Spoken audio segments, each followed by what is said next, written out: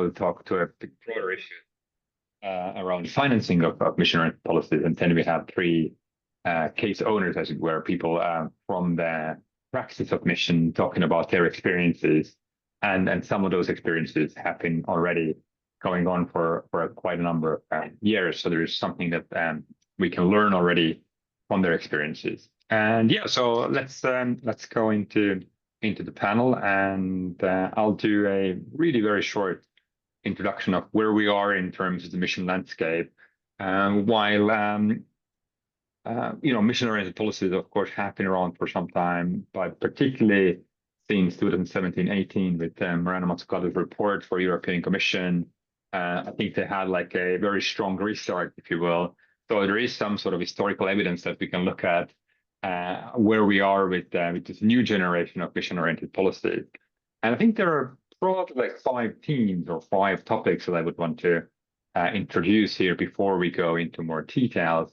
I think in more general terms, we are moving from perhaps talking about mission-oriented policies towards mission-oriented governments. And I'll get to that in a moment, what is meant by that. But in many countries, we see this shift away, not only to talk about policy framing and policy frameworks, but also going into the way government machinery operates, which in itself, of course, is a very interesting, if actually very challenging shift in our focus.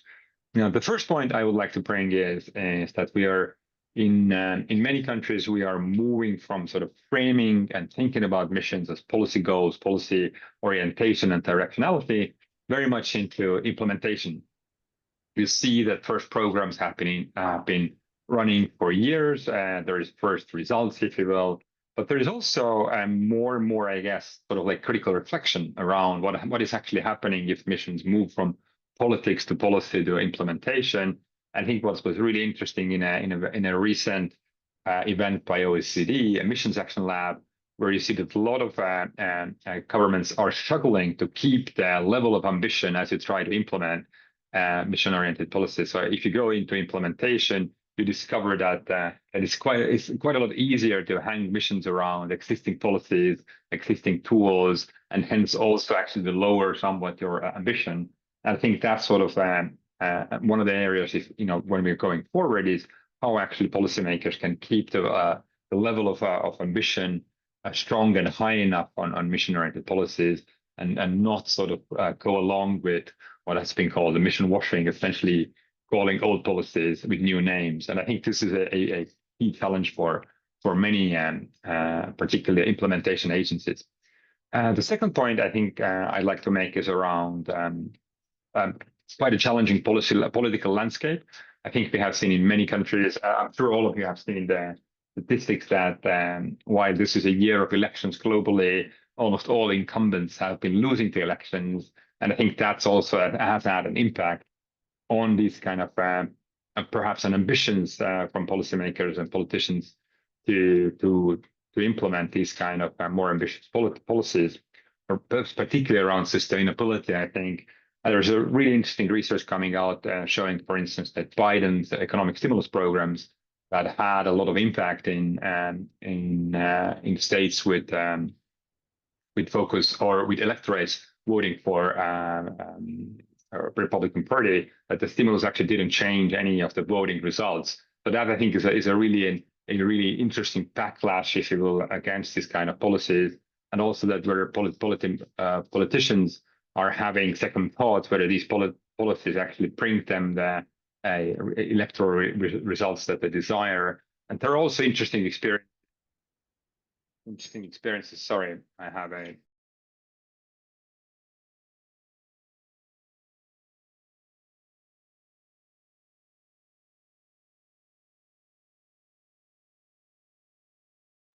Apologies, we had a kitchen accident here. So I'm back. So it's interesting to see this kind of political backlash on these kind of more sustainability-oriented policies, and how I think it will be interesting going forward. How can we retain a momentum around missions that is also interesting for politicians, not only for implementation agencies? I think the third point I would like to make is around what we can call a geopolitics of war. where we see, particularly, I think, in European context, that again, like the intention of politicians is very much focused on war and war effort and defense and increasing the defense spend and defense policies, and how you can actually integrate defense with other major activities, but like cohesion policy. And I think there is an interesting dialogue is happening, how important missions will remain for the European context, and how much the sort of the defense orientation and security politics will take over the missions. And this is something to watch out as we have a new commission entering its activities.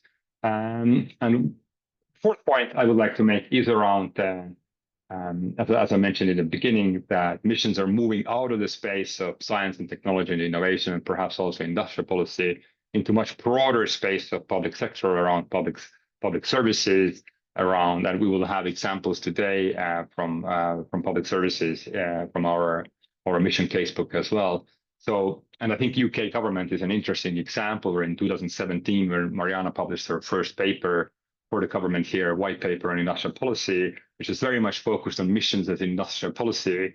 And this year, government introduced 5 missions, and at least some of them are not really industrial policy, but are much broader around health and other areas. So you'll see that the UK government is an example of how missions have evolved into this much broader, almost like a public sector reform agenda, and away from only focusing on industrial policy. And I think the last point, fifth point I would like to make is around, with all the sort of political turmoil and backlash around sustainability and green policies in some ways, and also the geopolitics, we see that actually cities are in many ways emerging as the key place for missions to take hold of. And I think it's particularly interesting to see what is happening in many Latin American cities, for instance, where you can see a sort of like a new wave of urbanism emerging, particularly driven by female mayors, around much more gendered focus on city and city space and city services. And this is also what we have today. We have an example from a city as well. So I think today's panel, we have a broader discussion around how mission-oriented policies are being financed, and that sort of the move from existing to new instruments. And this is what Katana will speak to. And then we will have 3 examples of how missions are not only focused on science and technology, but actually much broader ways of working in government, both in cities, but also in other areas like public health, for instance.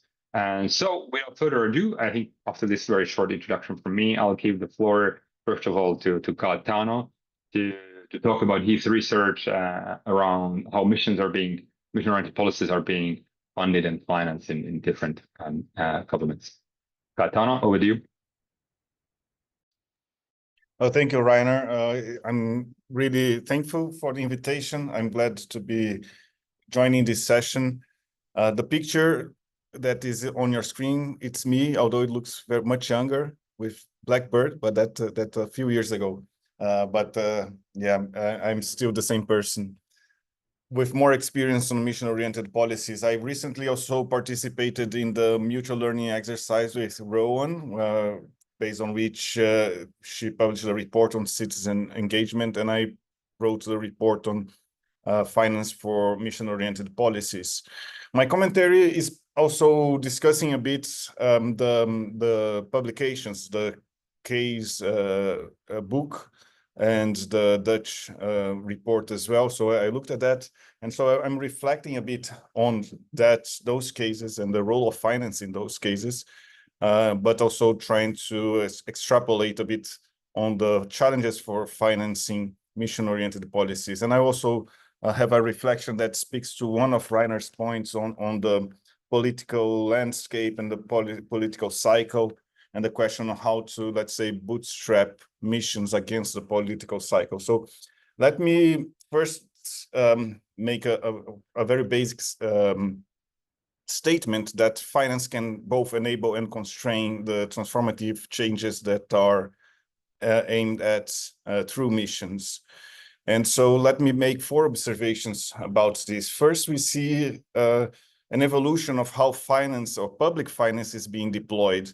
I think that the most sophisticated approaches to financing transformative missions comes from development banks, be them national mostly or multilateral development banks, which try to combine patient capital with a deliberate focus on crowding in private investments. That's the case of the Scottish National Investment Bank case.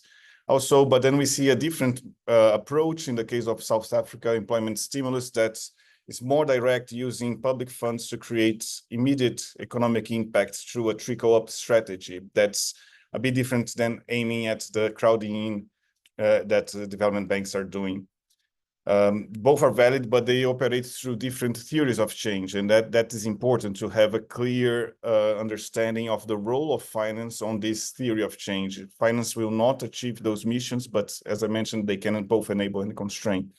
Second, we do see continuous challenges for the sustainability of financial and investments. Most initiatives depend heavily on government and public funding, although there are examples like in the Barcelona case that there is a more sophisticated blending of public, private, and community financing, and also some conditionalities for that. The third one is, as I've been discussing when we did our mutual learning exercise meeting in Sweden, there is nothing new under the sun in terms of financial tools. Of course, you can say there is blended finance, green bonds, and so on, but that's not totally new. You either have loans or credit or equity. But then what is new is the governance and the financial schemes. So maybe there is an area for further development, which is financial innovation for missions, and how you can better align different financial tools with the mission objectives along the theory of change. The fourth point then speaks to the point that Rainer raised on the political landscape and political cycles. And I think that's a big question. How can you bootstrap missions through political cycles? The issue is that the different timing of missions, which require long-term commitment and continuation and learning and accumulation of capacities, and the political cycle that's on a 4-year basis, which is too short for missions to be achieved. So we see in those cases also issues like in the Barcelona or the Bogota cases. They both show challenges in how missions or whether missions will continue. Yet there is also solutions, and I think solutions are probably in terms of embedding those missions in public service and through public capacity accumulation. This leads to some suggestions on the frontier for research and practice, is how to, in two interrelated areas, the financial innovation and the institutional resilience. So how can you make missions resilient to the political cycle, and how can also, and that means having patient capital and patient financial flows. We are starting to see some tools for transformation and stability across political cycle, but that must be scaled up. Looking ahead, I'll see 3 priorities: a more sophisticated theory of change that positions and understands how finance can contribute to missions continuously, but not only public finance, but also other sources of finance. Second is the creation of new instruments that are designed for experimentation and long-term stability. So that's also quite a paradox. So you must be agile for experimenting and also stable, which speaks to Rainer's book on why bureaucracies, why innovation needs bureaucracy. This stable but also agile type of financial instruments. And third, the institutional structures that are robust enough to withstand the political volatility while maintaining democratic accountability. So we see with those cases that there is a lot of evolution, new arrangements and schemes, but also new challenges as we enter a new phase of mission-oriented policies. And I think the accumulating this kind of learnings and lessons through the MOIP network is key for the acceleration phase that we must enter if we are to achieve the missions that are being proposed by governments and other initiatives. Well, thanks again for the opportunity, and I'm glad to provide further insights if someone has questions. Thank you. Thank you so much, Caetano. And yeah, great. I mean, lots of very, very interesting points. And I think we'll come back to that at the end of the presentations, because I think we could, perhaps particularly we can also ask from the presenters around the political cycle and also the acceleration phase of missions. That will be interesting to go back. But yeah, now we have three rapid fire presentations on practical experiences, how missions have been going in very different settings and in very different areas. So we start with Marin to talk about Health Holland and their experiences. So floor is yours, Marin, and yeah, also for the audience, if you have questions already for Caetano, for instance, put them in a chat, and we'll come back to that in about 20 minutes. Yeah, thanks so much, Rainer. Ben, could you give me the next slide, please? Yes, so hi everyone, good afternoon. Oh, yeah, perfect. No, one previous. Yes, perfect. My name is Marin Bijms. I'm the strategy officer at Health Holland, and today I would like to give you a short insight into our mission-driven innovation policy in the Netherlands, and specifically for the societal theme health and care. And as Nora already mentioned, a lot of what I will tell you today has also recently been published in a paper that I've written together with my colleagues from Health Holland and also the Ministry of Health in the Netherlands, and in collaboration with IIPP. So if you would like to know anything more, you can also read more into any more in depth in that paper, what I've been telling you today. So to give you a bit of an overview, I will start off today to give you some context about our policy, then move on to our strategic development and governance, showing you some examples of how this looks in practice, so in action, and finally also sharing some key learnings from our 5 years working within a mission-oriented context in the Netherlands. So this is what you see here is actually our governance structure, or how the mission-driven innovation policy in the Netherlands has been set up. In 2017, the Ministry of Economic Affairs was appointed by the Dutch cabinet to coordinate the development and deployment of the mission-driven innovation policy in the Netherlands. For the societal theme health and care, the Ministry of Health then was asked by the Ministry of Economic Affairs to formulate clear and ambitious missions. And us as the top sector, life science and health, so Health Holland is our brand name, so you'll see Health Holland a lot, was asked to coordinate the strategic development of this policy. And this resulted actually in a coalition of 35 stakeholders, we call them KIC partners, of the health and care missions, committing their activities towards our missions, which you see on the right. Next slide, please. This is what you see here is actually a bit of a snapshot of the coalition that I was speaking about. This coalition represents a large part of the life science and health ecosystem in the Netherlands, and all of these partners really committed and contribute in kind and in cash investments and their strategic agendas and plans to our missions actually. Next slide. The mission-driven innovation policy in the Netherlands builds upon collaboration, and the Netherlands really is the ideal hub for collaborations. As you can see, this tube map, or inspired by the London tube map actually, this is on the left you see a representation of the life science and health sector in the Netherlands, and which is also increasingly known as Europe's connected life science and health metropolis. So we actually see how our strong connected institutions, both public and private, really strongly believe in combining research and scientific advancement together with industrial innovation. And we believe that also this belief in that approach really helped to implement and also roll out the Dutch mission-driven innovation policy by the Netherlands, and really was accepted and encouraged by all stakeholders. To give you a bit, zoom out even more, as all of you probably know, the Sustainable Development Goals from the UN, they really represent global grand challenges. And the Dutch mission-driven innovation policy isn't a standalone policy, but is really embedded into this international urgency. and within the frameworks, therefore, of the SDGs. And when initiating the Dutch missions, the SDGs, sort of the global grand challenges, were really translated into the context of the Netherlands, resulting in our 4 societal themes and those cross-cutting themes, which you can see on the right, and the health and care, with which what I'm going to tell you today about. All right, so this is a bit the context, the national, international context, how our government, how our policy actually was started, initiated. And now I'm turning to our missions.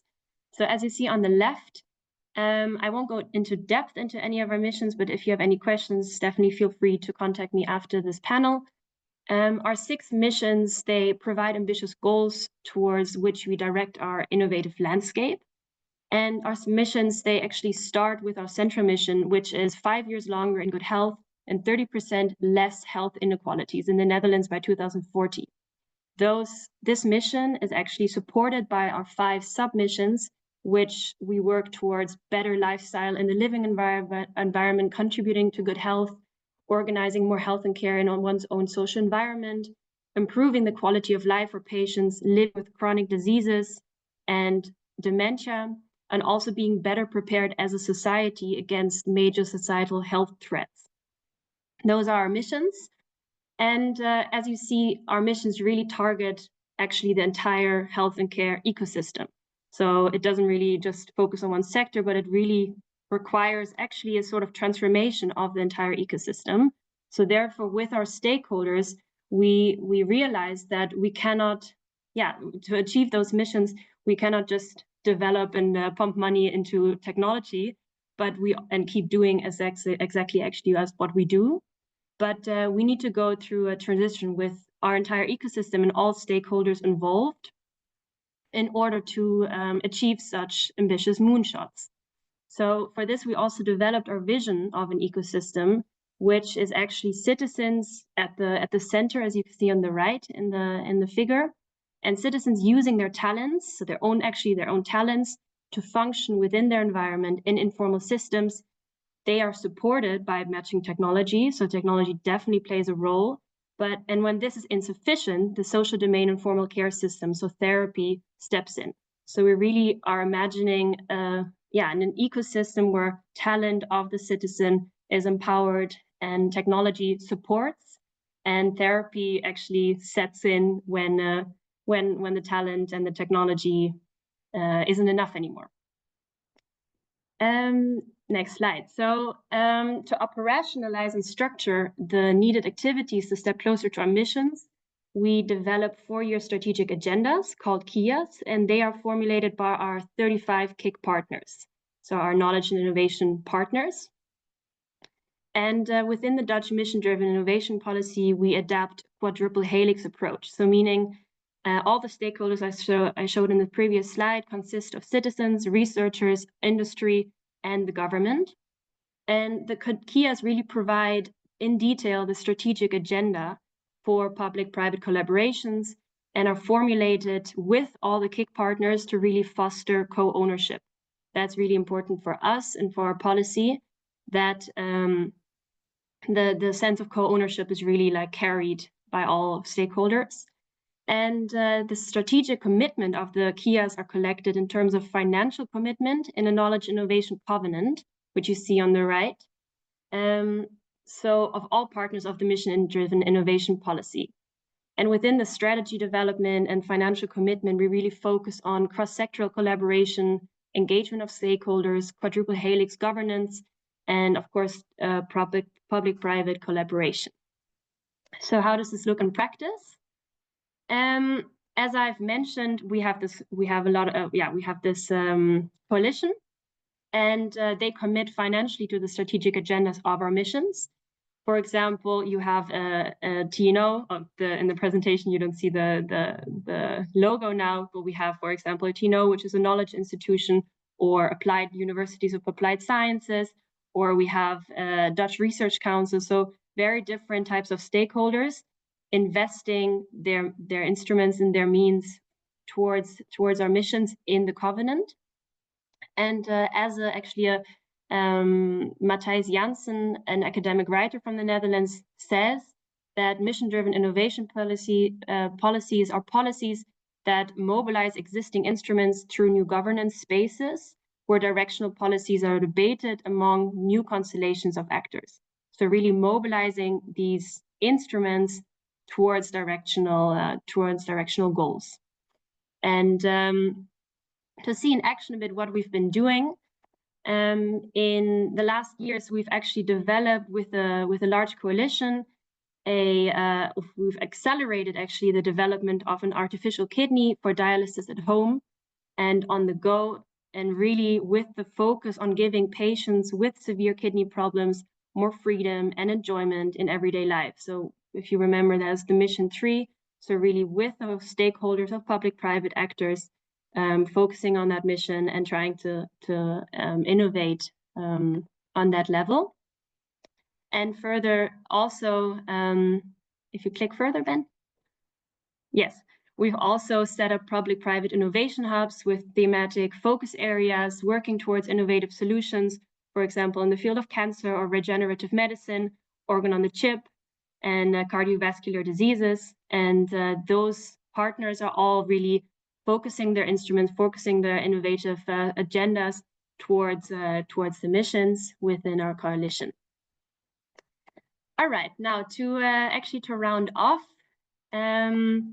we see in the Netherlands that after actually 3 governing periods, and we've just published this year our second 4-year strategic agenda, that the mission-oriented direction setting really combined with public funding and private funding, scientific and technological advancement, and our strong coalition has really transformed the Dutch innovation landscape in only a couple of years.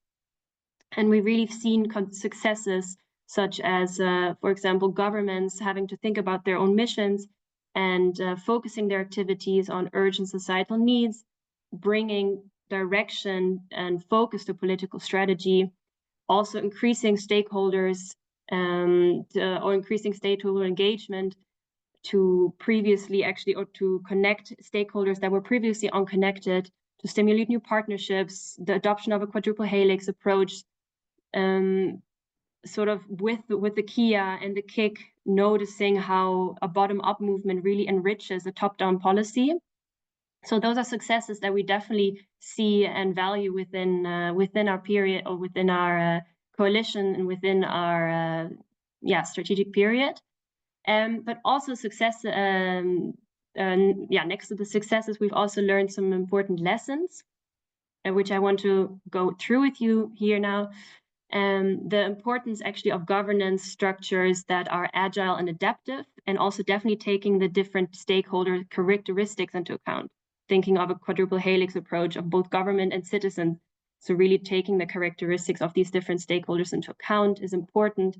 Also that we noticed that the Dutch mission-driven innovation policy was developed during an ongoing cabinet agenda, meaning that activities and tasks really had to be refocused, and already fixed funding streams had to be coupled and aligned to mission activities. So looking back, we really, the aligning of the existing strategy of existing activities and strategies with ongoing agendas is really important. And in line with that, all of these stakeholders of the KIC partners, they had existing roles. So to foster collaboration and co-ownership of our KIAs, we really needed to formulate clear roles and responsibilities, and in the KIAs to really make that foster that feeling of co-ownership. And also to make real impact in a transformational policy like a mission-driven innovation policy. As I already mentioned, it really requires stakeholders to transform individually. So we really needed to address root challenges such as a mindset of working in silos and in your own governance structure, but we really wanted to stimulate working cross-sectoral, but also cross-governance. So working across governance levels within your organization and stepping out of breaking actually that siloed structures. And actually, yeah, as a last thing, the emissions, how they're monitored.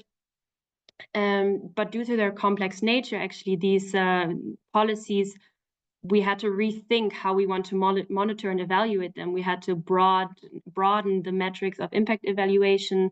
We had to move beyond traditional metrics and more towards qualitative and descriptive approaches, also including, for example, narratives and case studies. So to round off, I think, yeah. Oh yeah, if you go one more back, Ben, just explain the North Star. I think what we've really learned is that missions aren't silver bullets, but they are definitely powerful coordination tools, such as the Northern Star, which you can definitely make use of, but you don't have to think of missions as the one silver bullet. Yeah, thank you very much. The last slide is actually just for your information, if you want to read more, where we've been publishing some of our stories.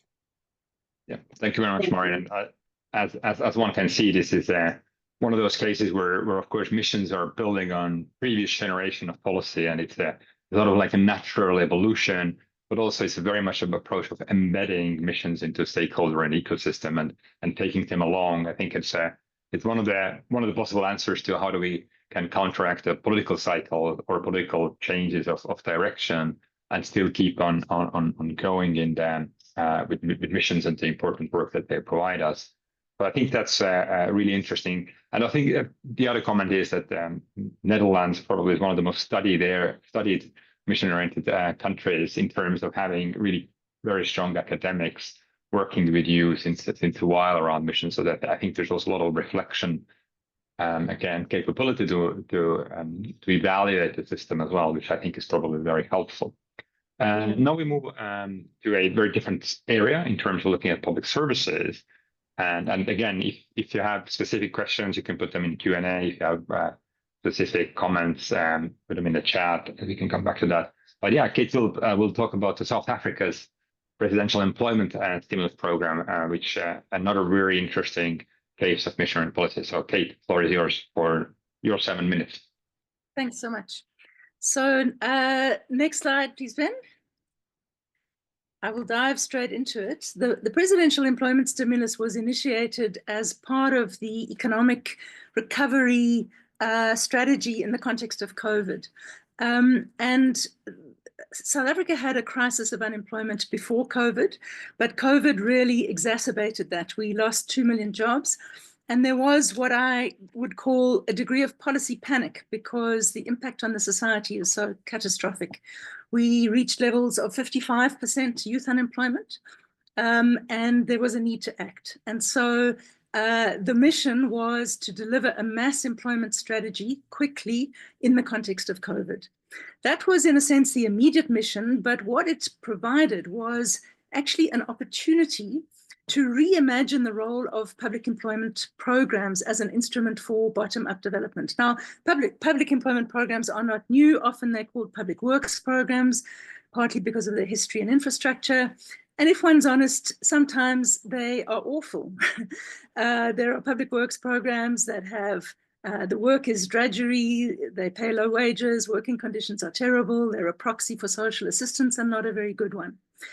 But the opportunity here was to reimagine the role of this development instrument because we think that it deserves to be reimagined, and we think that really interesting and different things can be done with this instrument. And the crisis provided the opportunity to do that.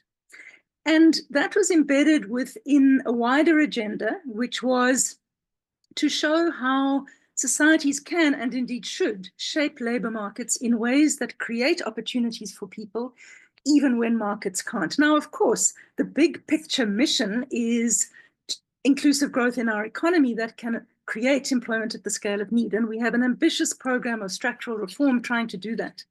But we have very deep structural problems, and those structural reforms are not expected to significantly dent unemployment within the next 10 years. If we halve it in 10 years, that's fabulous. We've still got unemployment levels that are too high. And so really the challenge is to think differently about employment policy, to think differently about the interface between public employment and market-based policies. And that fits into a next level of big picture issue, which is if markets are social constructs, we need to work out how to construct them differently to achieve better social outcomes. Labor markets are not achieving good and equitable and robust social outcomes, certainly in our context at present. And so the labor market is a good place to start with that as the big picture mission within which our more immediate mission was embedded. Next slide. So the approach was very much never let a good crisis go to waste. And in delivering this mission, we were able to, in 2 years, double the scale of public employment in the country. Public employment wasn't new, but we were able to double its scale and also initiate a range of programs that had different and innovative features. I think the strapline of the program, one of the straplines, is there's no shortage of work to be done to build a better society. And that, in a context of 55% youth unemployment on the one hand, and on the other hand, a huge amount of work that is needed to deal with poverty and inequality and all of the challenges, environmental challenges that we face, surely there must be a mechanism to join those dots so that the people who are not just willing but desperate to work are supported to do work that the society needs. And that's where we see the reimagined public employment instrument is in helping join those dots and unlocking that energy, because right now, labor is to a very large extent both a wasted and a wasting asset in our society. And yet labor is this incredible resource for development that societies need to be able to unlock. So part of the challenge here was, let's demonstrate how that resource can be unlocked. And as you can see from the slide, this is just a snapshot of many more forms of innovation at the local level to create what we call work for the common good that addresses pressing local issues in ways that support community development, contribute to dealing with poverty, build social capital, and make the society a better place. And I'll go into how we did this a bit next. Thanks, Ben. So let's talk about the lessons of scale, because we did manage to reach 500,000 jobs in the first 6 months and push up to 2 million within the first 3 years. And yes, partly it's a resource issue. And usually in a context that's usually characterized by fiscal austerity, the resources were made available to do this. But what we were able to show was that in that context, we could do it and we could deliver at scale and we could deliver really high quality outcomes. So our biggest program was targeted at young people because obviously youth employment is a huge issue. 250,000 people were placed in 23,000 schools within 6 weeks of the announcement of this program. Now, what's important about this is that it was taking advantage of the distributed network of schools. Now, every one of you on this call, if you think about how many schools there are in your society, there are schools in every community. So schools represent a distributed network with a remarkable level of spatial equity. Because now, in every community that has a school, every community has youth jobs. At the same time, it's a really meaningful work experience for participants. Young people love it, the learners love it, teachers love it. We have a 97% approval rating from principals in the poorest schools. This makes a difference to everybody. Everybody welcomes it and absorbs it, embraces it. It also absorbs all skills levels. So we have school assistants who didn't complete school, working in maintenance, in food security in the school, supporting after-school activities and sporting activities, and we have graduates. We had some unemployed engineers who joined the program. You can apply any skills in the book to a school context and add value. Also importantly, from a scale perspective, is that we reached 250,000. Schools had to opt in. There wasn't a school in the country that was eligible for this program that did not opt in. It was a resource that was welcomed. And to achieve 250,000 jobs for young people, it only meant 10 to 15 people per school, which didn't overwhelm school systems. So this is a really simple method. You need to deliver youth employment fast and on terms that everybody welcomes, that youth themselves embrace. This is a simple, efficient way of doing so. 98% of the budget went directly to wages because all the systems are already in place. So on the one hand, this is an example of, if you like, quite a classic public employment program in that it's delivered through the public service. The next example is our social employment fund, which is a whole of society approach to the challenge. And what we said here is There are so many organizations in our society doing amazing work across a spectrum of social issues, from food security to early childhood development to gender-based violence. And they're always under-resourced. And with support, they could create work to do more of the good work that they're doing at local level. So we set up a fund, we opened calls for proposals. It was completely oversubscribed by, I can't work out how many percents, but it was completely oversubscribed, which illustrated just how much appetite there was in the society to support such an approach. There was a condition placed, which is that civil society organizations had to reach new levels of scale. They had to employ at least 1,000 people per partner. At first, there was a lot of pushback on this. They told us we were mean and horrible and it couldn't be done. But they rose to the occasion, and they did so by forming partnerships with more grassroots community-based organizations. So the strategic implementing partners that were appointed in turn partnered with over 2,000 community-based organizations who wouldn't normally have been able to access public funds, but through partnership with more capacitated organizations were able to do so. And what we've seen is the unlocking of amazing agency at community level beyond our wildest dreams, the creativity, the impact, the relevance of the kind of work undertaken. So on the slide before, you don't have to go back, Ben, but one of them shows a young man holding a board. What that is a GPS location address for a shack in an informal settlement. And because the shack now has a GPS address, they are able to access ambulance services, police services in a context of gender-based violence. They can vote because you have to have an address to vote. They can access funds, they can open a bank account. So a simple instrument like that in partnership with Google Earth is transforming the landscape of access to services in informal settlements.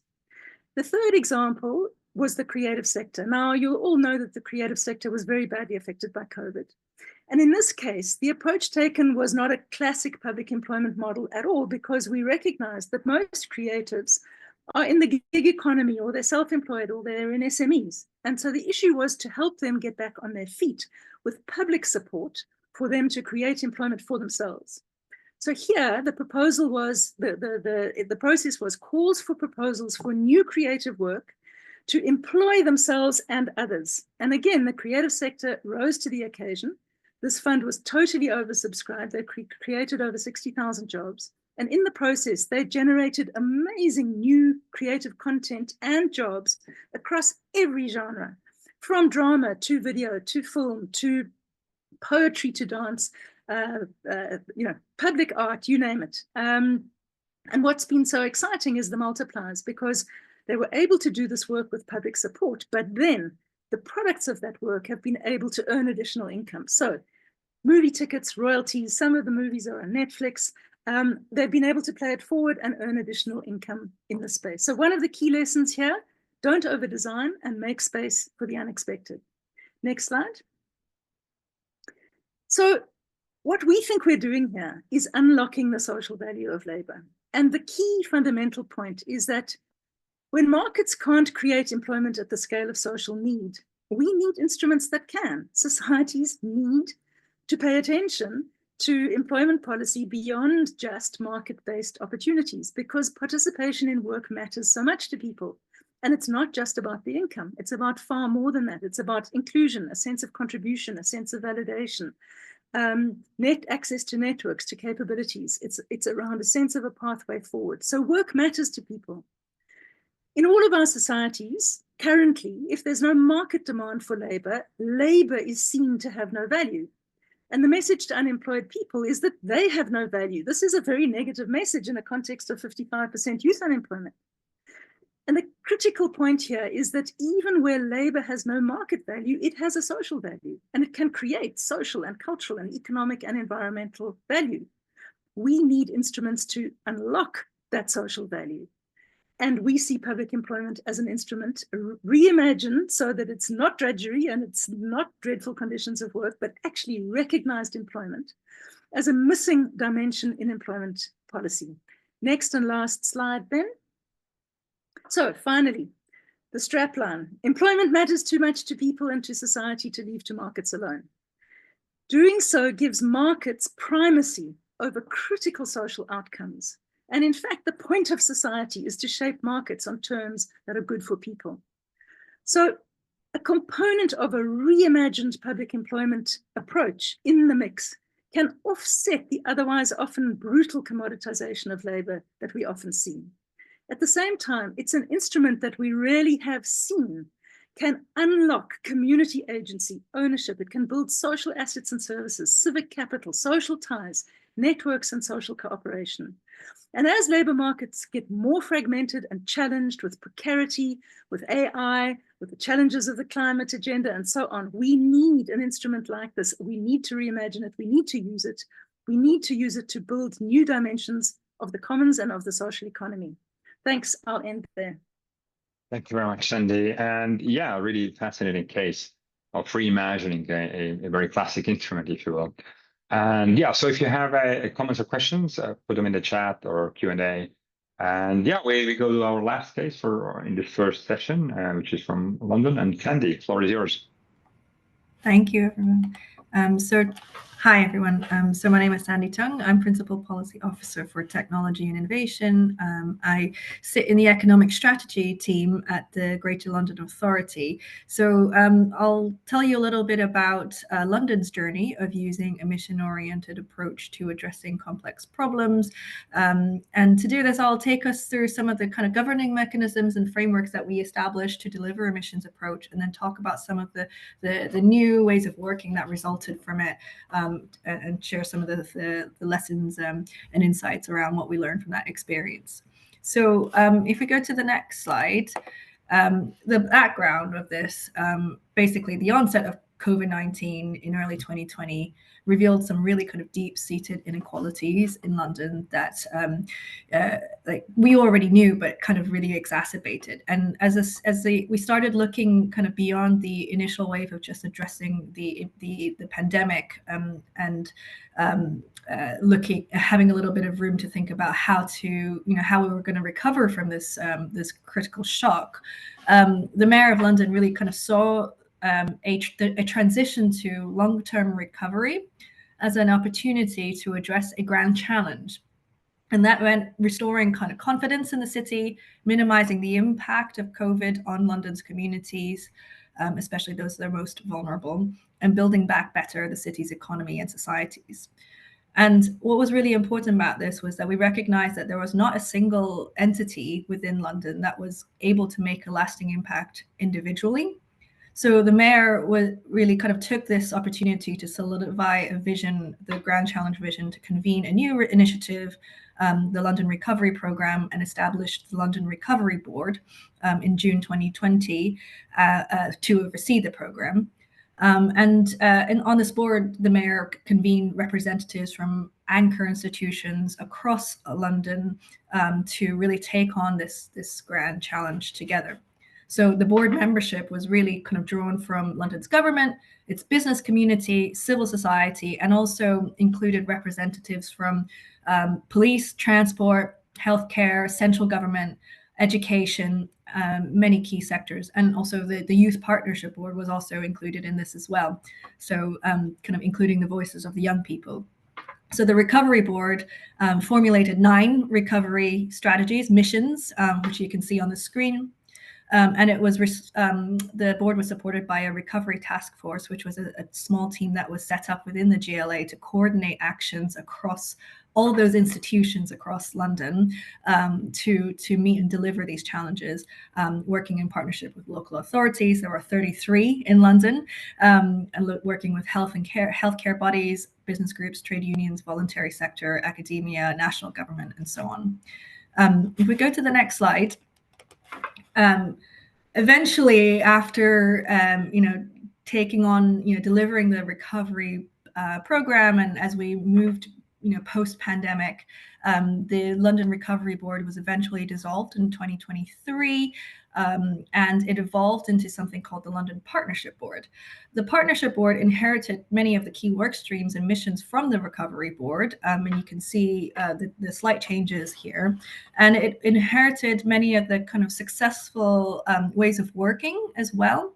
So similarly to the recovery board, the partnership board continues to be co-chaired by the Mayor of London, Sadiq Khan, and also the current chair of London Council. So it's really signals a new way of working, not just the GLA and the councils across London separately, but they're really kind of working in partnership with each other.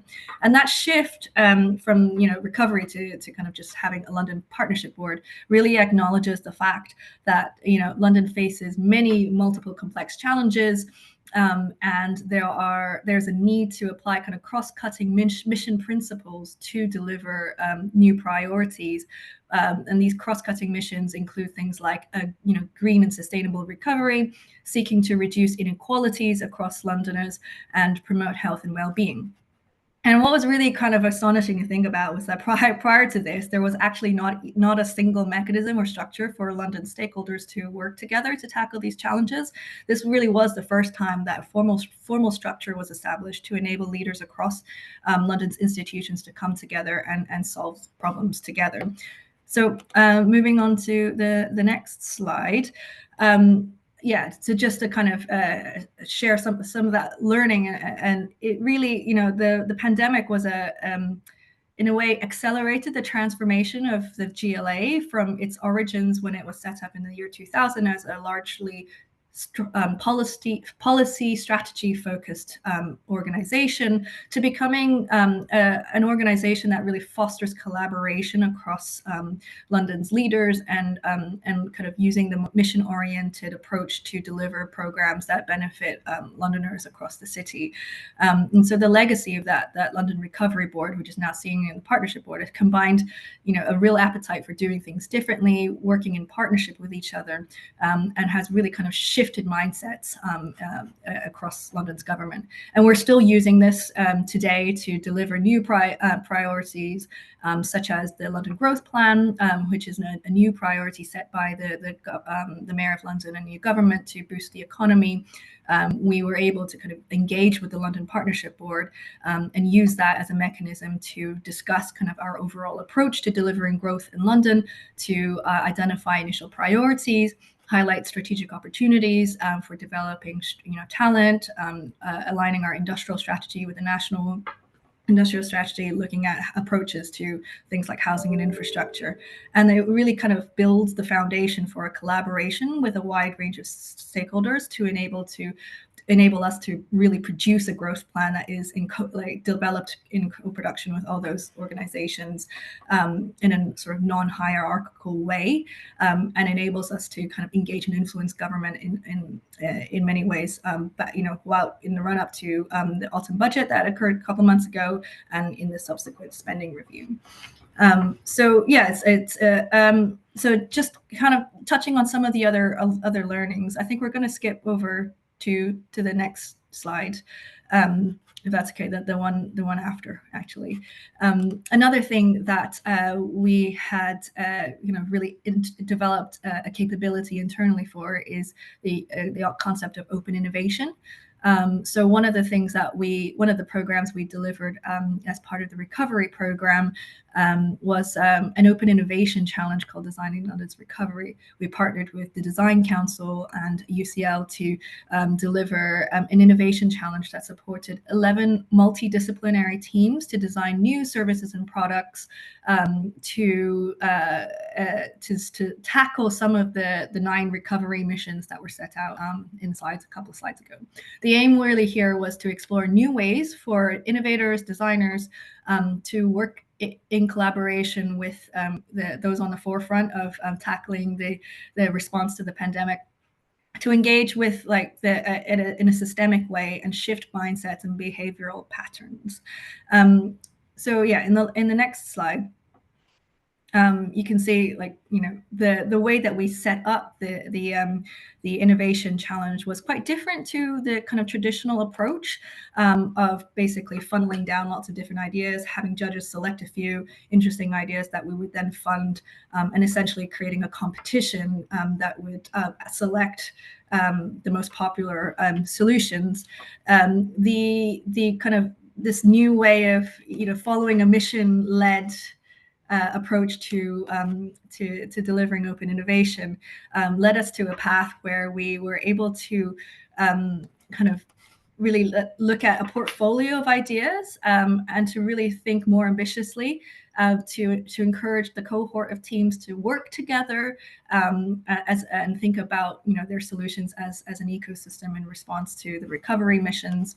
It was just something that we've not really done before, and thinking about how our ideas could connect with each other's to shift the wider system and really kind of support each other and develop new capabilities and encourage a culture of bottom-up experimentation.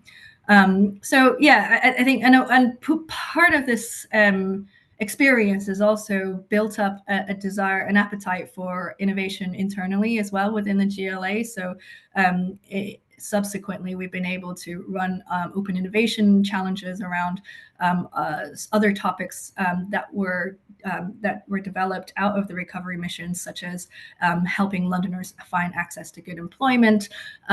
It really kind of helped officers across different teams understand the value of using this approach to find new ideas and new ways of collaborating with each other. So some of these things are hard to quantify in terms of how we can see this approach has kind of created successes across the board, but really that shifting of mindsets is really quite noticeable when you're working alongside different teams. So a very kind of quick summary of the case. If you want to find out more, this case is featured in the MOIN 2024 casebook. So thank you so much for allowing us to contribute to it. Yeah, no, thank you very much, Sandy, and thank you very much for all the panelists. As you see, we have hopelessly run over time, so it's on me. I'm a poor chair for this panel, but I just wanted to the presentations and very different approaches here to breathe a bit more and so that people can see what is actually happening in very different places and in very different areas of public sector. Just to quickly sum up, and I will ask the panelists. I think you are seeing all we have 2 questions in the Q&A. So if you want to answer those questions, you can type in the chat perhaps, and so we can keep to sort of the behind the scenes for the second panel discussion around the first panel topics going on as well. So if you feel free to answer whichever questions you want to answer in the chat. But just to summarize, I think it's interesting how missions and the crisis, particularly around COVID, have had such a coalescence. And I think that what is going forward, what will be interesting is whether climate emergency will become this ongoing crisis that helps actually governments to tap into missions as a way of working, as having those cross-sectoral goals and more ambitious policies. And I think the second lesson, I think what we heard today is this idea of embedding in the ecosystem, either in governance, stakeholders, that missions become this way of coordinating and pulling together various actors and providing this North Star of working towards, and that allows then actually quite a lot of movement in terms of what actually different actors are doing. And I think the third lesson is really this, as I hinted in the beginning, that we are moving from just thinking of instruments and policies into the way we govern actually our societies, and the way probably also we're dealing with this political cycles and instability through actually creating those more sort of stable mechanisms in our society that help us to move towards those North Star mission-oriented, ambitious goals. So this is really interesting to see how this is happening in very different contexts. So yeah, panelists, I think if you can type the answers, and then I think Ben can put them in the chat. So because I don't think we have that, you cannot directly access the chat, but you can give the answers to Ben, and Ben puts them in the chat. Apologies for this, but thank you very much from my side. I think I now hand over to Rowan for the second panel, which will talk about citizen engagement, which I think is a very well connected to this idea of stakeholders that we saw here as a key topic. Thank you very much from my side, and Rowan, over to you. Thanks, Rainer. I think we go to the next slide. And Nora, do you want to do a link? I absolutely will. So thank you so much to all of our panelists and to Rainer for chairing the first session. Lots of really interesting information there. We probably could do with more time to discuss, but great that there is some ongoing discussion in the chat. So we are going to move on to the second session of the afternoon. It's going to be chaired by Rowan Conway, who is our visiting professor of strategic design at IIPP. She is also the Deputy Director of the Just Transition Finance Lab at the Grantham Research Institute at the London School of Economics. Rowan is joined by her panelists, Nico van Meteren, who is the Executive Director and Secretary General of Health Holland. Nico is also a professor at Erasmus MC. We are joined also by Farah Alahi, who is the Head of Community Engagement at the Greater London Authority, and Eduardo González de Molina, who is an Associate Professor at the University Carlos II in Madrid. He is also an affiliate academic at IIPP and has worked as a policy advisor at the Barcelona City Council. So welcome to you all, and this session today is going to speak to the role of citizens and to how we might engage citizens in missions. So I'm going to hand over to Rowan now. Thank you so much, Nora. I hope everyone can hear me okay. Yeah, we can perfectly. Fabulous. It's wonderful to be back, even though it's virtually in the room, and I love the background, so it actually feels like we're in the IIPP room at Montague Place. My name is Rowan Conway, as Nora said, and I'm delighted to be hosting this panel, which is going to dive more deeply into citizen engagement and maybe get a little bit more about the experience of talking to people on the ground with regards to missions, but also thinking about the different kinds of things that we engage people about, whether that be urban planning, whether that be sort of digital democracy, or indeed in their health and missions to be transformative around grand challenges like public health. So the format is going to be similar to the way that Rainer hosted earlier. I'm going to do a brief introduction, and then I'm going to also take us a little bit through the programme that I was working on with Caetano, who spoke earlier, on the mutual learning exercise around the EU missions, and particularly do a deep dive around citizen engagement from that perspective. And then I'm going to ask our panel to each bring a sort of 3 to 5 minute reflection on their experience of engaging citizens and missions. And then we will have time for Q&A again. So next slide, please. So I'm going to start with some reflection on a piece of work that myself, Caetano Penna, Emily Wise and Elvira Ulara just completed on behalf of the European Commission to help 16 member states reflect on missions implementation at a national level, particularly thinking about the EU missions. Just to give an overview of that, mission-oriented innovation is a call for transformative change in how we do innovation. And this is very no more clear than in the Horizon 2020 EU missions, in which over 50 billion euros have been set aside for investment in innovation for the 5 key mission areas. Next slide, please. And the way that missions are framed in the EU missions is that mission-oriented innovation policy is a cross-sectoral and cross-policy approach to achieve ambitious and clearly formulated goals by the generation and application of knowledge and innovation that address pressing societal challenges. The 5 EU missions implement the mission-oriented approach at the EU level, so they are across borders, and they're a novelty of the Horizon Europe Research and Innovation Programme for the years 2021 to 2027. As such, the implementation of EU missions requires new forms of governance, collaboration, and approaches for citizen engagement and significant investments by both private and public actors. Next slide, please. What this investment did in practice, is that it actually created the mandate for stakeholder and citizen engagement. Back to that one, yeah.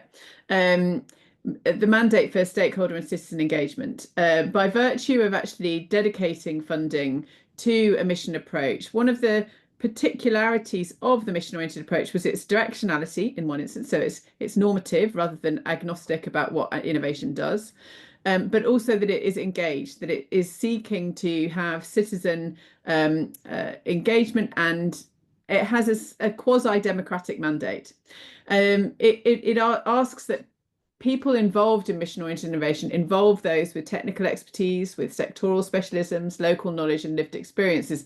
And this is central to the mission-oriented approach. And as we heard earlier from Health Holland, and then we will again, it's this human factor that aims to drive system-wide transformation. We recognise that this is not easy. In fact, it's probably the hardest thing that you can do. And so finding ways to show how citizen engagement can be effective was one of the key planks of the mutual learning exercise and what we were asked to do. Because we were hoping to find out about how the involvement of actors would be a building block to enable the success of missions. Because this is actually quite novel. It's not the way science traditionally has been done, and it's certainly the blend between democratic processes and also innovation processes, and they don't necessarily happen automatically or spontaneously. Next slide, please. So over the course of 18 months, we worked with 18 of the member states to explore issues of importance to them and to try and find examples of where good practice or emergent good practice was happening. As we know that missions are a nascent field of practice, you can't look across a very wide field of practice and see verifiable best practice. What you can see is emerging seeds of interesting practice and actually new precedents of how to do things. The core messages that this exploratory process threw up for us was there's a very strong mandate and demand for citizen engagement. Every single one of the member states put it as one of their issues that they wanted to explore in more detail.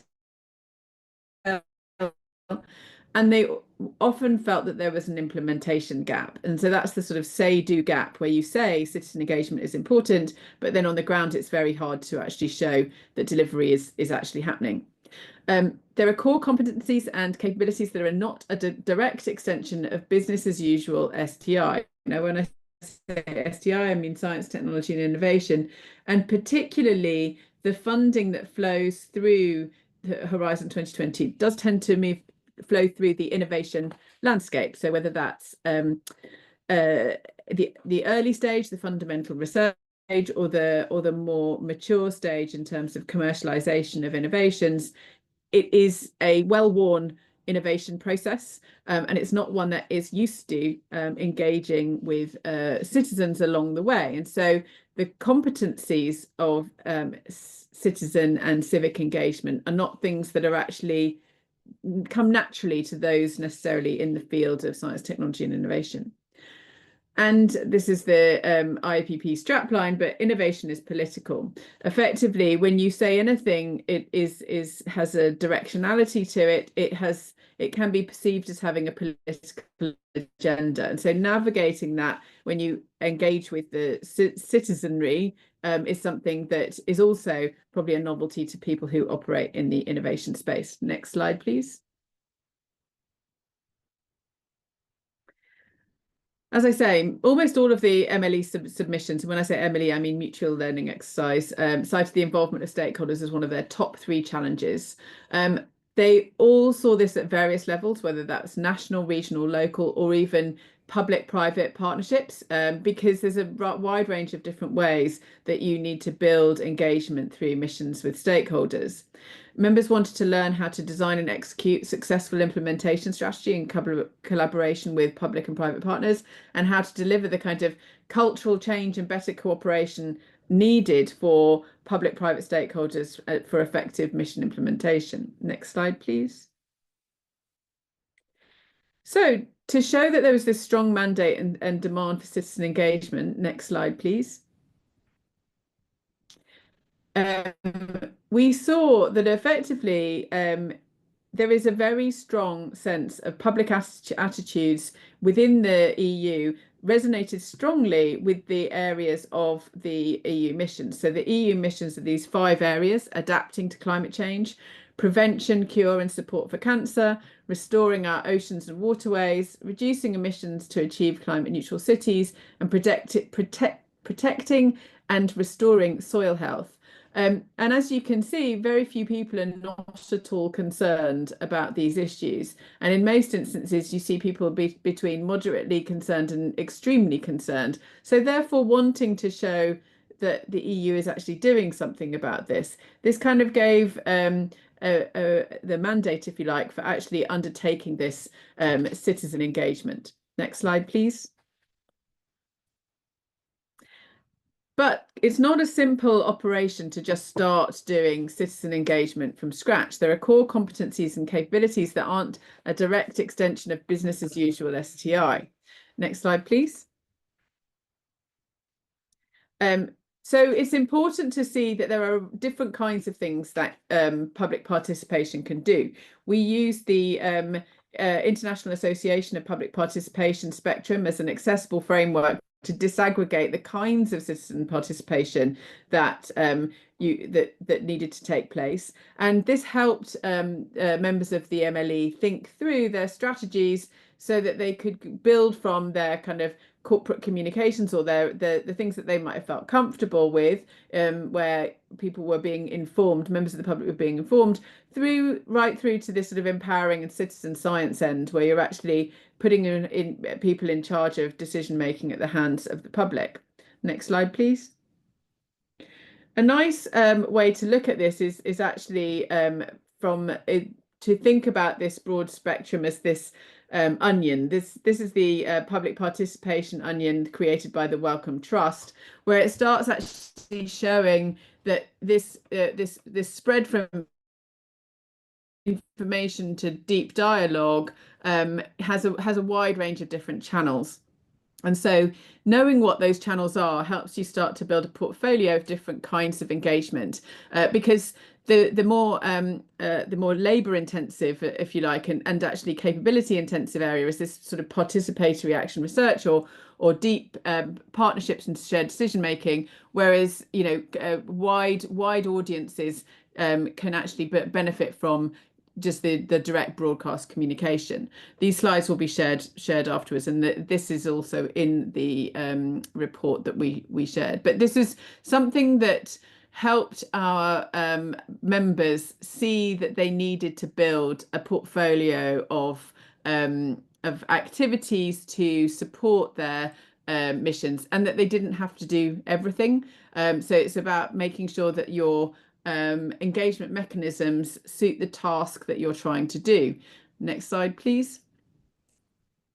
Because there's an implementation gap, if you're going to do deep democracy, or you're going to start building a citizen assembly, you need to recruit and train people who can work with citizens' assemblies over time. But if you're going to work on more of a broadcast communication side of things, you therefore invest in talent in a different place. Next slide, please. And what we saw is that actually, really, there was a lot. This is when we asked members of the members of the MLE, and they came from, as it says here, Austria, Sweden, Czech Republic, Slovakia, Norway, Romania, Greece, Lithuania, Belgium, and a few others who didn't respond to this. They were mostly comfortable in the spaces of citizen science, user research, and strategic communication. These are the kind of areas where there was real comfort. These more challenging areas of participatory budgeting or deliberative fora were still things that were not being used in the mission context. Next slide, please. And finally, innovation is political. Next slide. Using democratic tools or quasi-democratic tools, and there's quite an appetite for this kind of thing, changes the dimensions. It puts power in the hands of citizens, and how we're ready to use these tools. And I'm excited to hear more about the quadruple helix model, is something that we really need to think about in more depth. Next slide, please. Because what we see is it's not simple. Even in our final event, when we were talking to our stakeholders about citizen engagement, there was a strike or a blockade in Brussels. You know, citizens aren't all you know, waiting to happily participate. There is also what we do has got political consequences. So being able to build political nous and political radar is a key part of what it means to do citizen engagement well. Next slide, please. And so I'm just going to whiz through a couple of examples of the kinds of things we saw working as emergent good practice.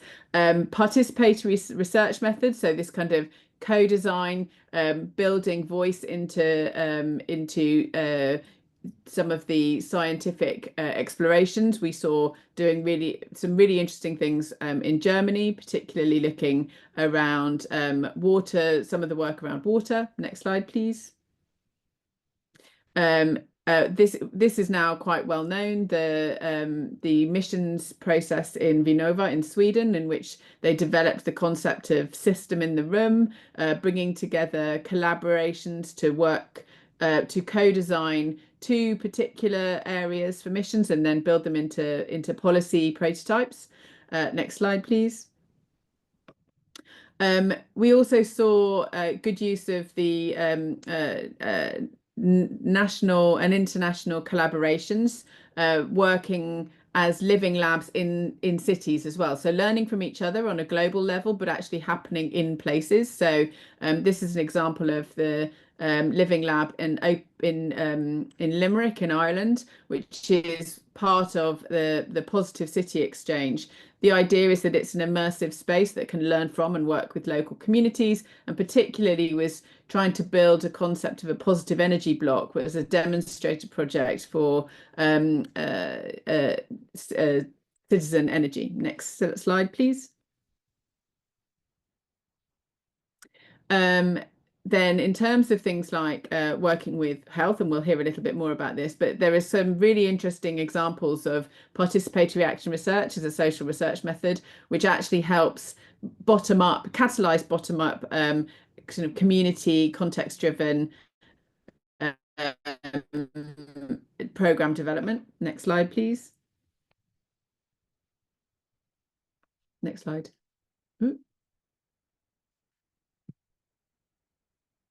Participatory budgeting was something that there was a lot of interest in, and there is some good examples of how to distribute resources as a participation mechanism of how public money should be spent. The interesting thing ends up being what do people spend money on? Particularly how you have to build workarounds sometimes when you have projects that need to overcome certain procurement rules. Next slide, please.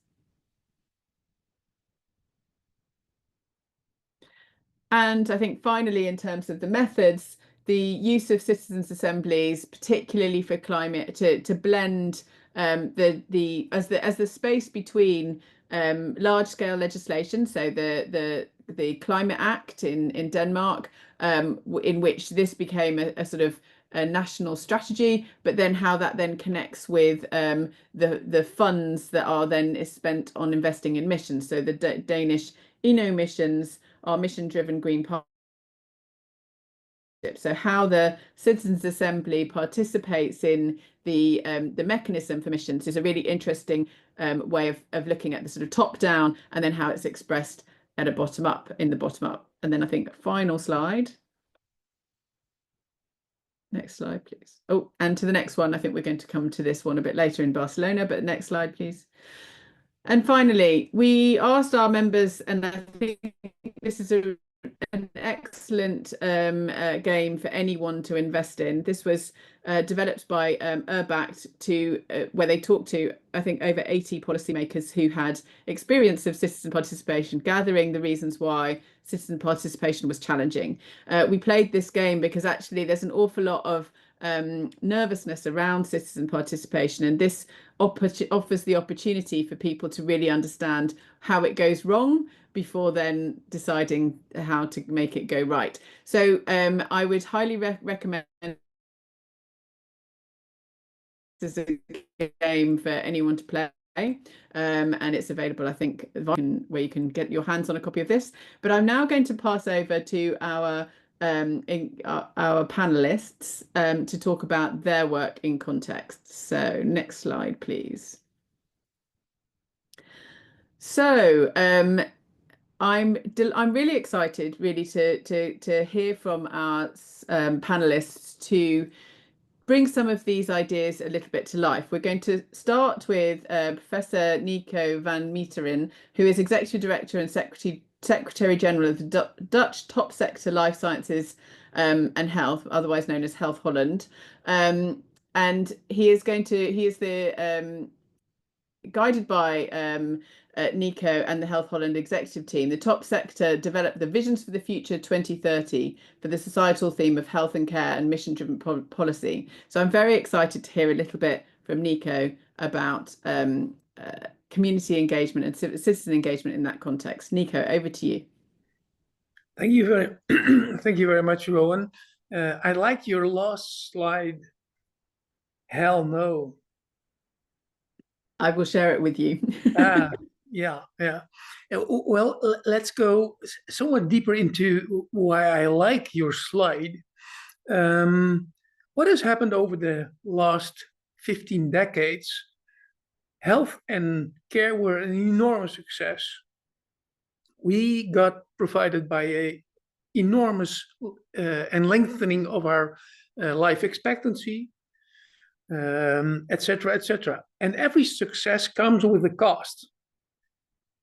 People get older, they get chronic diseases, etc., and they will have to take care for each other and with each other.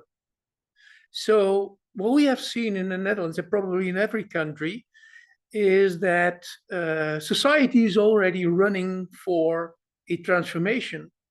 Look in your own schedule, your own agenda. You have to take care of your neighbor, of a citizen, of your aunt, your parents, etc. Everybody is already providing informal care. And now here comes the most intriguing question for me is, where and who is involving, engaging with whom? How are our participation visions? What direction is about participation? Are we as a top-down instrument, an institute, involving citizens in our mission approach? Or should it not be just the complete other way around? And what are the consequences of thinking out of what we call the quadruple helix, where citizens come first, and we have to learn and to try to really get engaged in neighborhoods, in cities, etc., in the informal settings who are already running the transformation, living the missions of our mission-driven approach nationally, but on a base that is not fully supported by us. So the most intriguing thing you showed is this participatory action research. We stopped thinking outside of the box, which has been done for 30, 40, 50 years, and started to really get in the box with the system, learn how citizen initiatives, citizen cooperatives struggle along, and how can we match up with their complexity, if it's really about complexity, because they have to provide informal care and informal support to each other. How can we step in their lives, and how can we really start having our missions accomplished in their context? So we are the ones who have to engage. We are the ones to have to be involved in society. And that's why I like your last slide, and particularly also the slides of Kate and the pictures there, because they are really running and acting in society, in the box. And we, as scientists, preferably also me, myself, I had to learn to really skip the landscape. And really my mission was to learn how to get in the box, to get involved, and to really be part of society within my role of professor, or within my role of executive director of Health Holland. And we take along with us the Department of Health and their employees to really learn, hey, transformation, vision-based, is implicit already running in society. How can we help society out in the box with our means and our instruments, etc., etc., etc. So that's the most elegant thing and elegant direction I think that we should have to take on. Dot.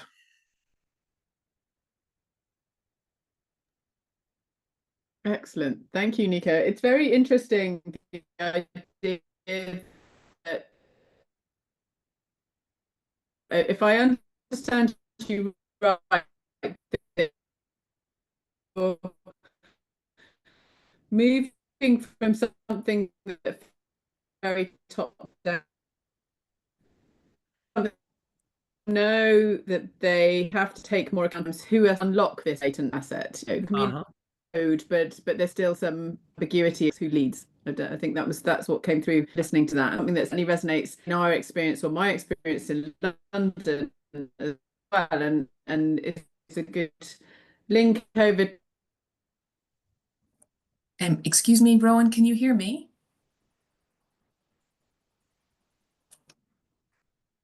I do think that it's Rowan is hard to understand fully. Yes, just 1 second. Okay. Hello, sorry. Thank you so much, Nico. Yes, I just noticed the same thing. Rowan, can you hear us? Can you hear me, Nora? Hello. Rowan, for me at least, you were breaking up slightly throughout the session, but I think just in the last minute or so, we're breaking up completely. So it might be better if you just turn off your video just for the moment, to see if that helps. Can we try? Yes, sure. Can you hear me now? Yes, sure. that sounds good. Oh, I'm so sorry if that was a problem along the way. Well, I shall pass over then to Farah to bring the case for London, if that works for you. Is that in line with where we are on the program? That's at least where I thought we were on the program. That's absolutely fine. We missed a little of your commentary to Nico, but maybe we can come back to it after Farah or at the end. Sure. Thank you. Thanks, and thanks, Rowan and Nora. I wonder whether we could just get rid of the slide. It feels like that we feel like we're in the same kind of virtual space and not as distant from each other. But yeah, thank you so much for inviting me to be part of this conversation. And everything Nico was saying sounded like music to my ears, but actually feels quite distinct from how I think a lot of public authorities or kind of statutory institutions approach engagement. And so I think what I'm going to offer is kind of complementary to what Nico was saying, but is maybe a little bit of a critical look at what some of the challenges are or that we've experienced in London in terms of that true partnership with communities and civil society. I have to be honest that when I initially engaged with the mission-oriented framework, I really felt that the value and role of civil society and communities was very underpriced in the model, and it was very much focused on government and businesses in partnership. And it there's kind of, even if there was an element of citizen engagement, it wasn't really that communities and civil society were seen as equal partners in trying to address the challenges and kind of the missions, as it were, in a critical way. And so I think the role and value of civil society and communities is something that, even at times where it becomes very clear, very quickly dissipates for the system as it is. And it's something that is often undervalued. And I'm going to try and reflect on what some of the challenges are and why that might be. I should say, I think, we know that to tackle any complex problem, partnership with civil society and communities is essential. And we saw that most clearly, from my perspective, during the pandemic, where on one level, everyone in London was working on one mission, which was to protect lives and meet the core needs of Londoners and communities. And the level of collaboration, partnership, and innovation that was unlocked in that period was really amazing to be part of. But it was also completely, as Nico described, it was so critical how all of the agencies were so reliant and dependent on civil society, communities, faith organizations, mutual aid groups to get anything done. And they were around the table in a way that I haven't really seen since, to be honest. I think there's something to reflect on in that, and why was it so clear at that moment, and why was it so easy for that to dissipate?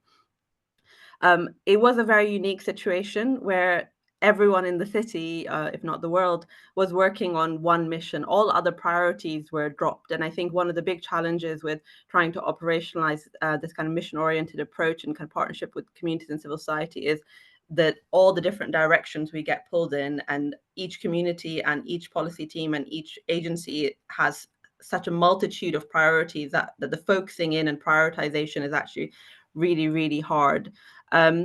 So although there have been lots of legacies from COVID for us at the GLA and in London, and you heard earlier from Sandy on some of the kind of positive things that have happened, I guess I want to offer a more critical perspective on what remains really, really challenging. Rowan's already mentioned some of the challenges around skills and capacities within STIs. I would say it's not just within STIs. I think most government agencies share the same kind of skills gaps. So I'm going to just reflect on 5 points, because I think we only have a couple of minutes each, but hopefully we can pick up some more in the discussion.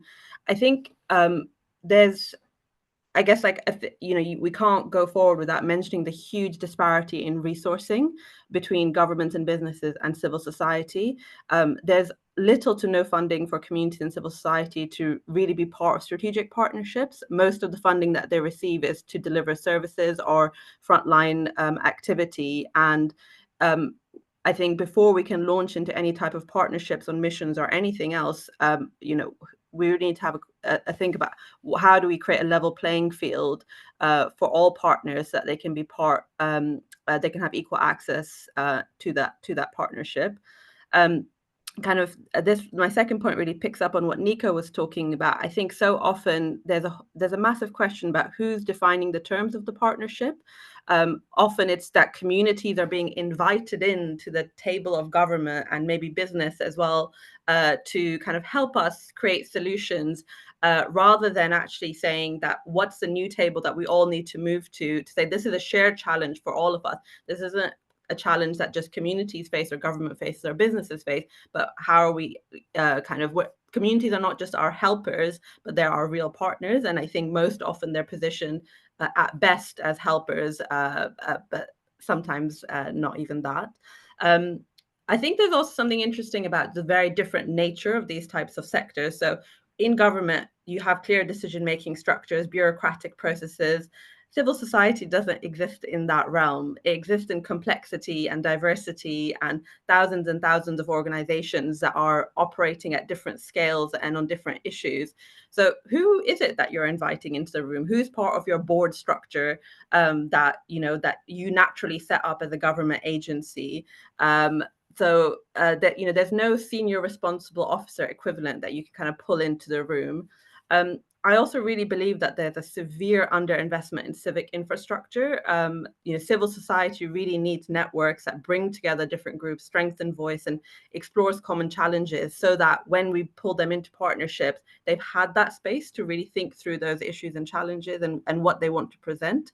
I guess it'd be remiss of me to not say anything about structural inequalities in this space, because ultimately, I think one of the things we see most often is that the communities and groups who experience the most friction in trying to be in partnership with government agencies or national bodies or regional bodies are the ones who are also kind of subject to the most significant structural inequality, that it's not just about outcomes, but in their variability to be in authentic relationship with the system as it is.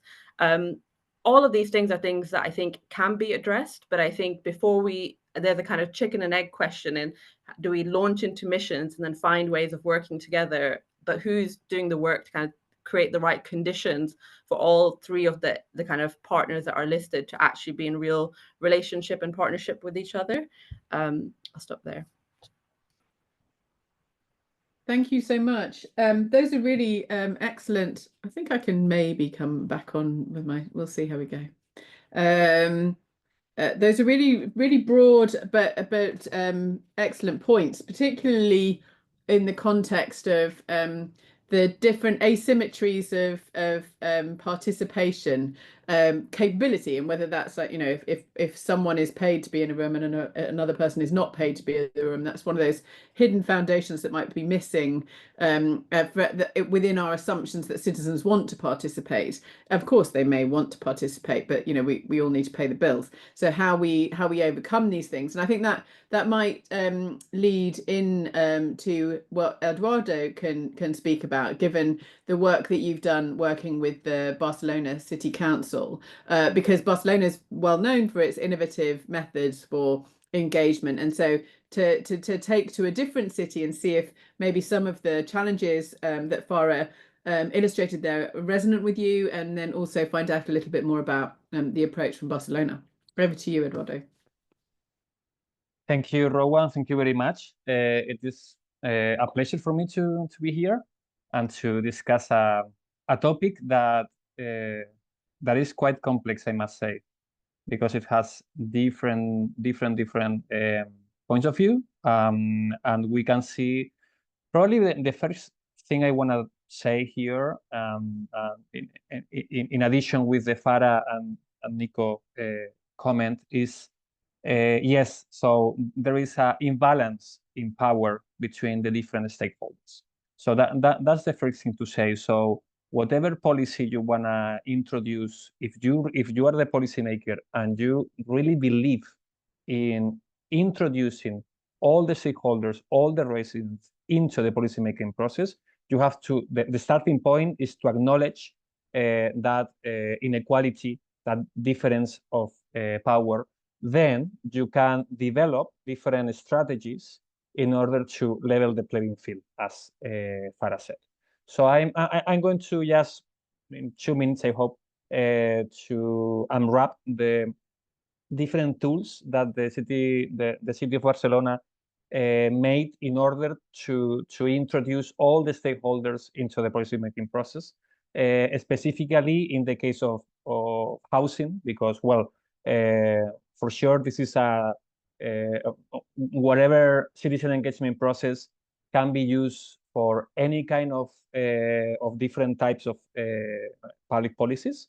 I may say, as a starting point, that depending on how important, on how priority for citizens are a different topic, you will receive different energies. So for the case I know the most, which is the housing crisis, and how the city started to develop a new paradigm, a new strategy to tackle this issue, it was an issue where the majority of the citizens were well aware and and they had a direct interest in order to participate. So that helped, let's say, the energy you need from outside to get into this. So so the first one was like to develop the housing master plan. The housing master plan was a 10-year master plan, because housing is a topic you cannot tackle in the short term.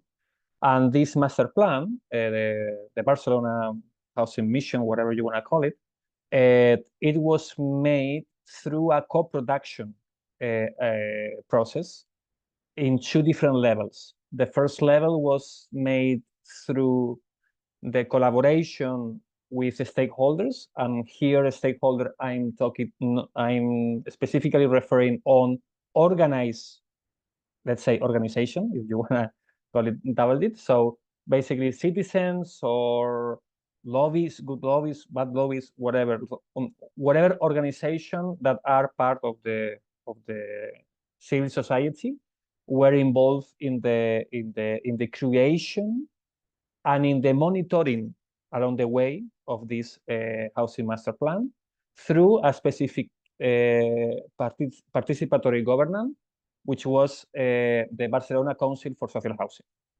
which was a big participatory tool where these organizations, almost 300 organizations, were called to participate in, first in a plenary, and second with different working groups in order to develop different goals that this master plan had in mind.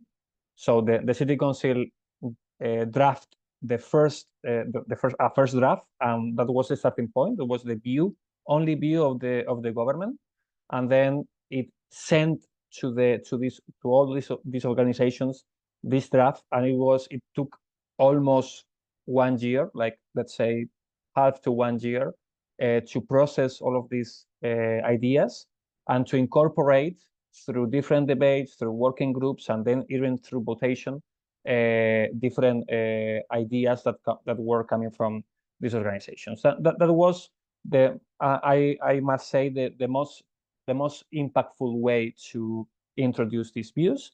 But there was a second one, which is how to introduce the voices of normal residents, of citizens, of people who are not part of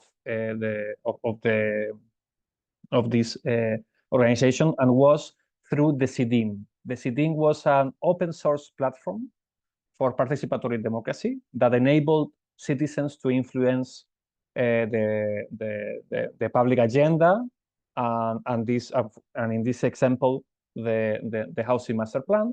And this was, so the CDIM as a platform was fully, so the mayor itself, all the announcement from the publicity from the city went through the streets to say, hey, I want to hear your voice, please participate.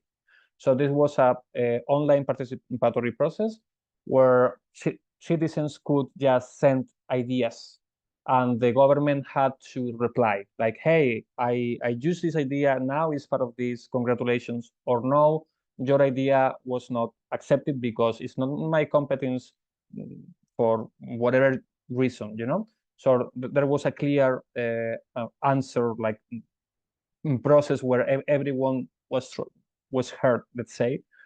And in addition to that, the CDIM was along the way of this mission, the CDIM was a useful platform for participatory budgeting, for introducing even citizen assemblies, and so on and so forth. All of this was needed some key issue, which was to introduce monitoring, transparency, and empowerment. And all of this was, the city was aware of that and created two more institutions. One was the Barcelona Housing Observatory. The second one was Barcelona Housing Chair. Both of them created data, evidence to monitor, to send to the participation, telling them that was the goals we shared, that was the activities we shared, and this is the output we are having year by year. And you know this, we know this, we can trust each other, and we can influence criticize each other, let's say.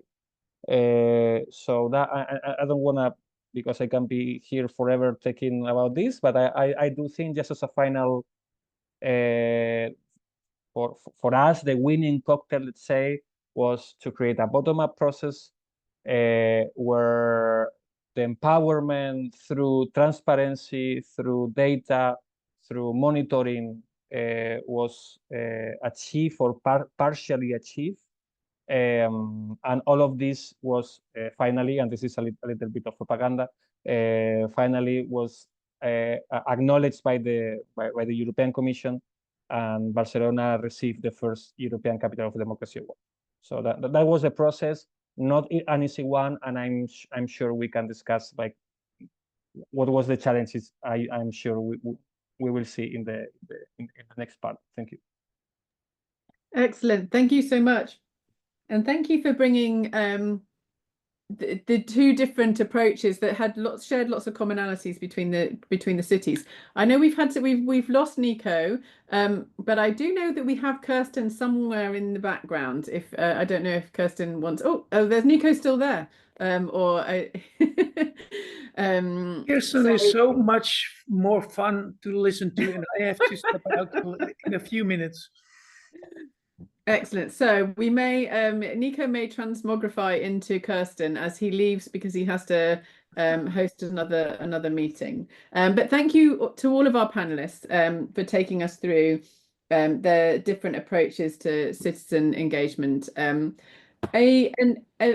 theme that has come out through all of those different presentations is one really of power. And power redistribution maybe, and what's necessary to enable that kind of bringing power of those voices that are not necessarily heard, or having structures. And I think you used the phrase civic infrastructure, that, you know, what's the nature of the mechanisms by which you can get representation that's not just democratic representation. And I noticed something that was in the chat earlier, which was commenting on the slide that I had showed, that was the Nesta survey about looking at the EU citizens and whether or not they shared the goals. And it was a statistically valid survey that showed that very few people don't share the goals. What you see in representative democracy is not necessarily the same thing as what actually represents sentiment of what people want government to be working on, you know. And so it's interesting to say, how do you bring and address those power asymmetries so that those voices can come out? They don't have to necessarily come out in the techniques of voting or those more standard technical tools. So I wanted to just ask really a question, particularly about how you see power and how it shows up in your different work streams. You know, you're all engaging with it and using these different tools, but can you give examples, and maybe I can come to you, Farah, first, and to just understand, how do you address issues of power asymmetry, and how does power show up in your citizen engagement efforts? Yeah, I mean, it's a big question, and there's lots of kind of more practical things that I could mention. You know, we've taken steps to invest in civic infrastructure, to invest in skills and capacities, but I think a lot of it comes back to building relationships and thinking about how the different parts of the system, including the public sector and communities, are made aware of, and there's a visibility of the complexity that is being navigated on all sides, and then how that shifts us into a different type of connection with each other in terms of the problems that we're trying to solve. I think just to kind of take it a bit meta, I think one of the things I struggle with sometimes is on one level, I can kind of talk about what are the steps that we can take to address some of those power imbalances, so that as many groups as possible, as many different formulations of kind of experiences across our city are able to navigate the system as it is. And then the challenge with that, on one level, requires those groups to accept the system as it is and kind of morph around it and to be able to engage with it. And how do you kind of, what's the balance between the system exists as it is and you want people to be part of it and to kind of their voices to be heard within it, but how much does the system have to move to how, like, the way in which communities organize themselves, and when there's resistance? That's why I really liked what Nico was talking about in terms of, like, actually the need for the public sector to go to where communities are, not just about how do we support communities to come into the spaces where power holds and learn how to kind of model themselves on the power structures as they are, and like what do we bake into in terms of the wider structural inequalities, what do we bake into our systems if we only expect like a one-directional movement of communities into power structures, but those power structures are part and parcel of the problem. And so, you know, how do we live with that kind of complexity and that paradox, that slight paradox? I think that's so important. I mean, I think it's, I'm going to misquote it, but the Conway's law of, you know, any system you try to change will be shaped in the communication system structure. So it will just replicate the way you know, business as usual, unless you make efforts to try and create a new infrastructure. Eduardo, do you have, and I recognize it's a very big question, but any thoughts on how you address some of these issues of power asymmetry? I do think we need to, well, we can use a different conceptualized tool for sure. There are different ones, but I wanna use two. So for me, there are inequalities between citizens. So if you forget the stakeholders, the lobbies, just between citizens, you will have different. No, so first is people educated or not educated, people, old people who cannot access, for example, the CDIN, or it's not easy for them to use online platform, versus people who they don't have any problem, woman versus male, so on and so forth. So we have that kind of, or race or whatever, all of the different inequalities amongst citizens that we all are well aware. How you how would you get there? In my opinion, so you assume that the most advantageous part of population, if you put them a good tool to participate, they will. So that's the first thing, and I do think in terms of overall participation, the people who are educated, who are politically interested into the idea of improving democracy and so on, they will get the best part, because they will be the ones who participate the most. And I do think it's a challenge. So it's a final outcome you definitely cannot cut just through making the process better, because it's a power imbalance that is rooted through a wider context that you cannot tackle. However, you can try to at least introduce the voices you know that they are going to have difficulties to get in. How? First, for example, I didn't mention this, but there was 2 decidims, let's say, in the case of Barcelona. There was this online decidim platform, blah blah blah blah.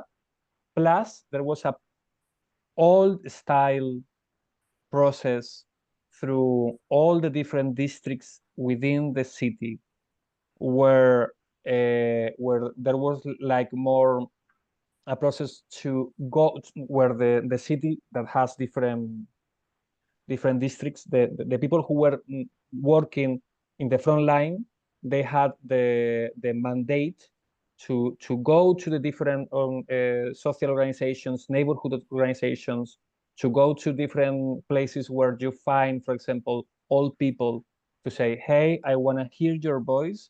We are opening this process, and you can come X days to tell us what you think about this. And for example, even because there was a real political will to engage with them, the mayor itself was part of the process and had I don't remember, every once per 15 days or once per month, something like that, the mayor went to a citizen meeting where this topic was discussed in order to get more participation.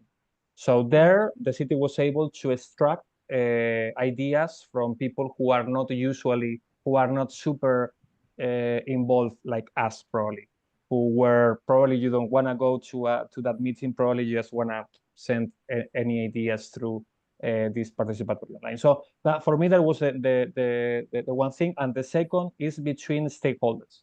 And here, the difference between stakeholders is more about money and the impact you made. In housing, for example, you have a huge difference in power between real estate actors and between tenants. So the ones who really wanted to defend the tenant's point of view or the resident point of view, right? So the idea is to introduce a social dialogue process where you can find this process in the labor reform, where you have the tenant, the labor union and the other the companies union. I don't remember how to say it in English. Where there is a process where you put them at the same level and they participate as equals into the policymaking process. So in housing, it's possible to make that, putting the tenant unions on one side and the property union, so on, in the other side. But in the at least in the formality, in the process, because you write a reglement, if you want to make the case, you put them into the same case. And Sweden, for example, is the best example in this case.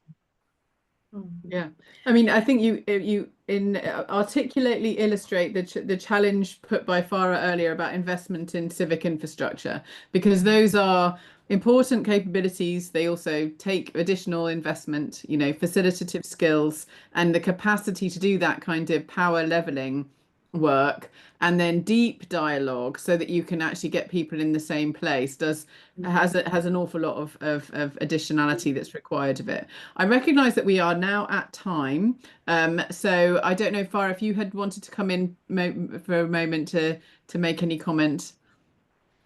Yeah, I mean, only if people have kind of capacity to stay on for a second. I think some of the things that we don't often talk about, I really loved everything Eduardo was saying and really agreed with it. But I think taking that example of the different types of stakeholders and the resourcing they have.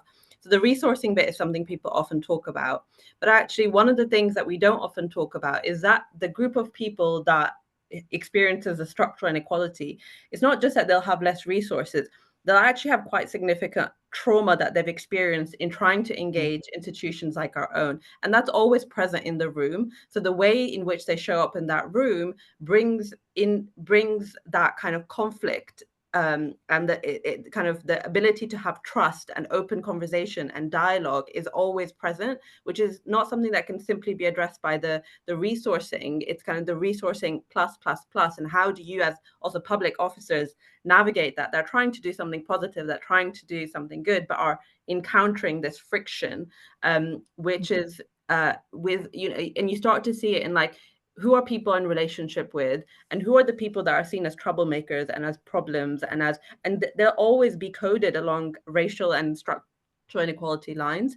And I think there's, you know, I'd love for there to be more dialogue and discussion about how those things manifest in power relationships, and what can we do about them? How do we equip public servants to actually be able to navigate that in kind of productive and proactive ways? But, you know, obviously, I think, you know, all the things that Eduardo was saying sounds like, you know, some really, really positive steps that were taken and addressed.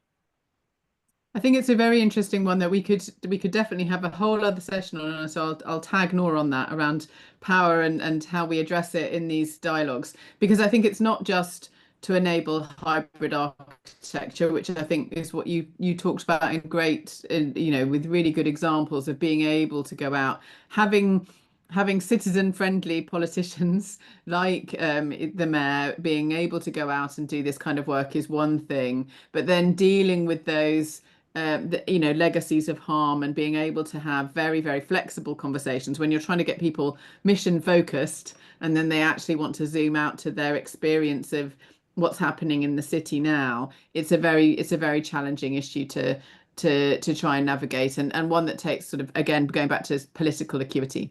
But I am going to hand over to Nora because I know we've run over by about 5 minutes, and so thank you very much to the panelists. You've been incredibly interesting. It's been a really rewarding conversation. Thank you. Thank you so much to Rowan and to all of our panelists for a great session. So we are going to wrap up. We're slightly over time. Just on the next slide, please, Ben. We just want to say that as you have heard at IIPP, we do take a new approach to reimagining the state. And we want to just let you know that we run a one-year master's in public administration, which teaches critical competencies and skills needed for purpose-driven government. So please do check out our website and have a look at our MPA offering. And also our next slide, please. And that is that we have an opportunity currently to work with our students. If any policy organizations who are listening have some real world complex challenges, which I imagine you do have, which you would like an IIPP lens on, you have the opportunity, if you just reach out to us, to work with our students for 8 weeks in the spring on one of your challenges, and that's a team of 3 to 5 wonderful students from our MPA. So we're going to wrap up. It's the 18th of December. It's nearly Christmas. Thank you so much for coming online, everyone, and for giving your time so late in the day. It's been a great conversation, and as Rowan said, could have gone on for much longer. But at this point, we're going to say thank you very much and have a wonderful Christmas, and do stay in touch with us at IIPP. Thank you very much. Bye-bye now. Thank you. Thanks. Bye-bye. Bye. Bye-bye.